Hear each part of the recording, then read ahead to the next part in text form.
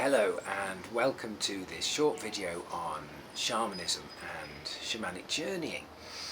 The word shaman originally comes from the Tungus region of Siberia, and depending on the translation used, it means something like one who sees or one who knows.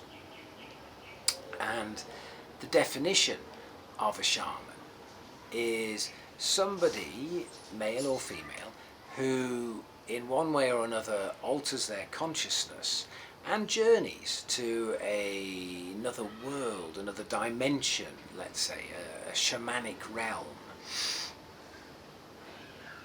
Now, in these shamanic realms, the shaman will meet and interact with discarnate entities or energies, spirits, if you like, and bring back healing, wisdom, knowledge, power for themselves and for their clients and communities.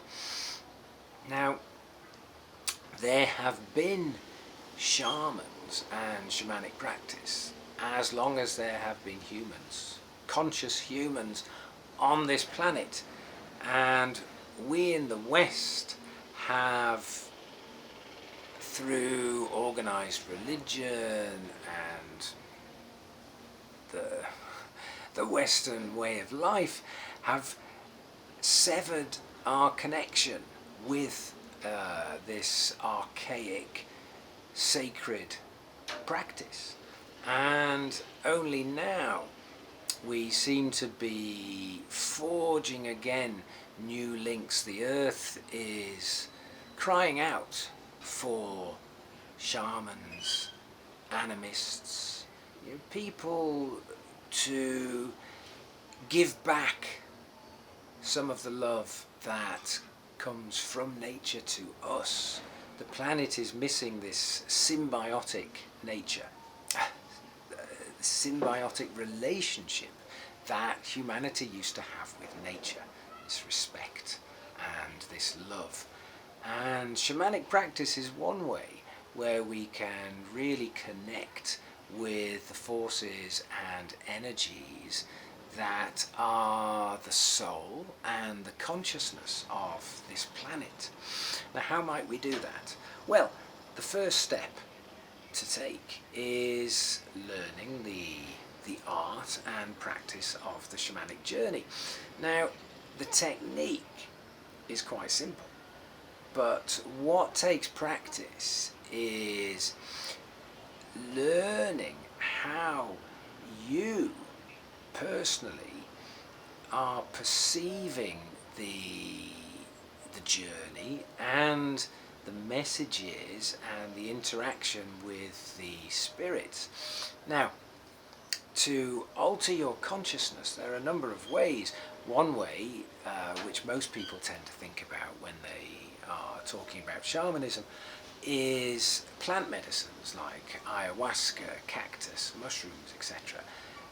In reality, most shamans and shamanic practitioners use a driving, repetitive rhythm, a drum beat, let's say, or rattles, to alter their consciousness.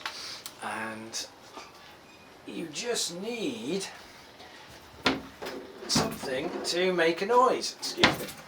So, what most of us use to enter the shamanic state of consciousness is a drum and beater and a rhythm of 4 hertz, which is 4 beats per second.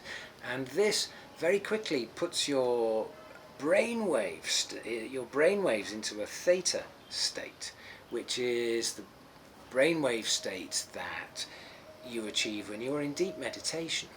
And once you've achieved this theta state, this is where the magic can start to happen. Now, a 4 hertz rhythm sounds like this.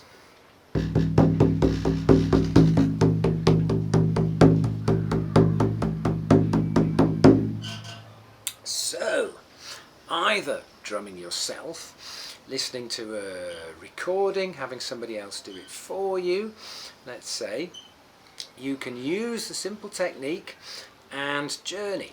Now, where do you go when you journey? Well, I practice something called core shamanism, and core shamanism really was, let's say, designed, although I don't know if that's the right word, for those of us who have lost in some way our connection with our shamanic heritage. And it was devised by Dr. Michael Harner, who was an anthropologist and started by studying in the 1950s, I believe, the Shuar tribe in the Amazon. And he became very interested in their spiritual practice. And they were ayahuasqueros and used ayahuasca to enter trance and visit the spirit realms. And he was initiated into this practice, and they told him that he had the power to become a great shaman. And over the years he studied with various different cultures, shamanic cultures, in vastly different areas of the world: Siberia, Canada, the Inuit, northern Canada, Greenland, etc., etc. And he realized that although culturally in many ways they were very different, there were certain core elements of their shamanic practice which were the same. Now, he was initiated into these practices and over the years began to teach them. And the core shamanic cosmology consists of three worlds. The middle world, where I'm sitting now speaking to you from, where you can call this ordinary reality.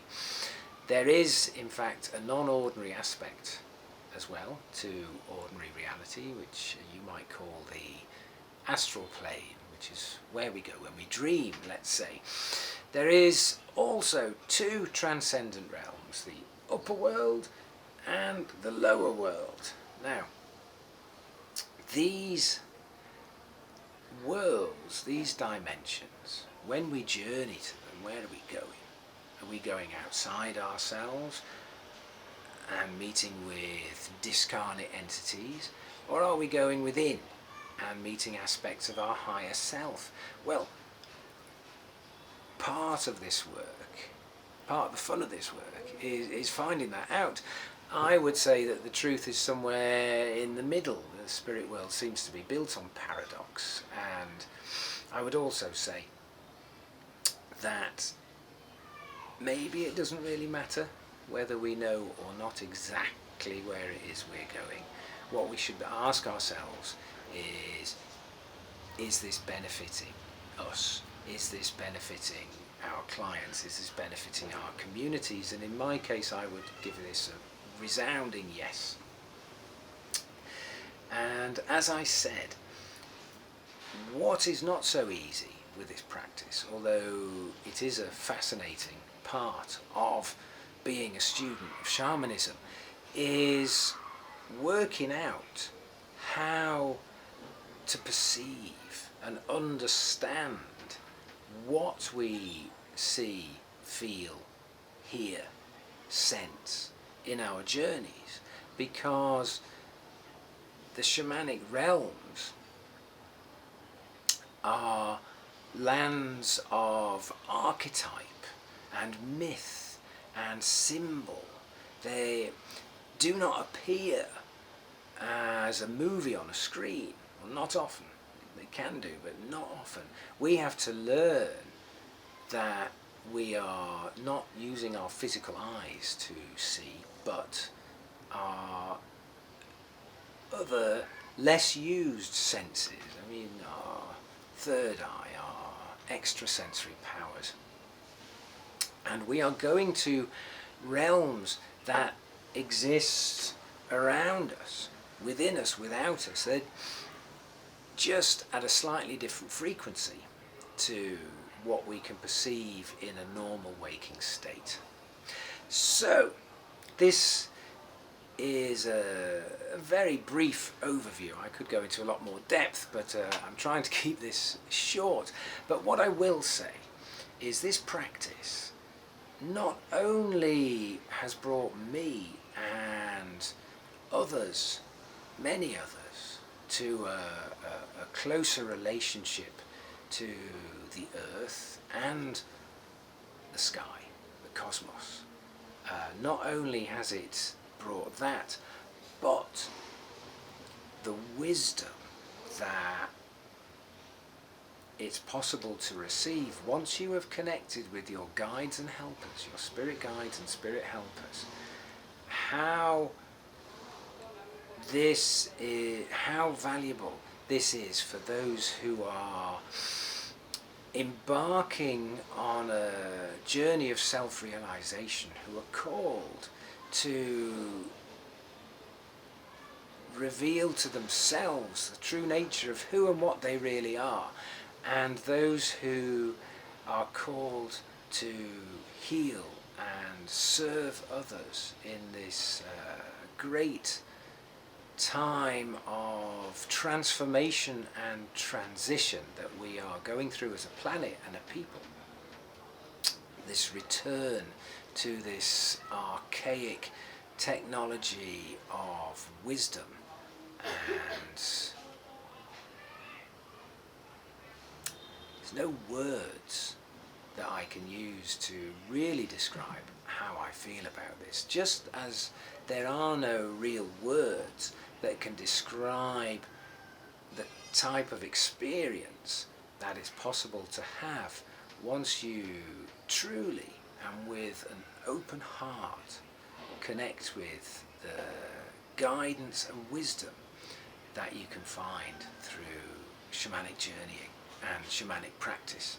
Now, I will put some links underneath this video for places that you can go to find out much more detailed information than I've given you in this video, and how you might also contact me.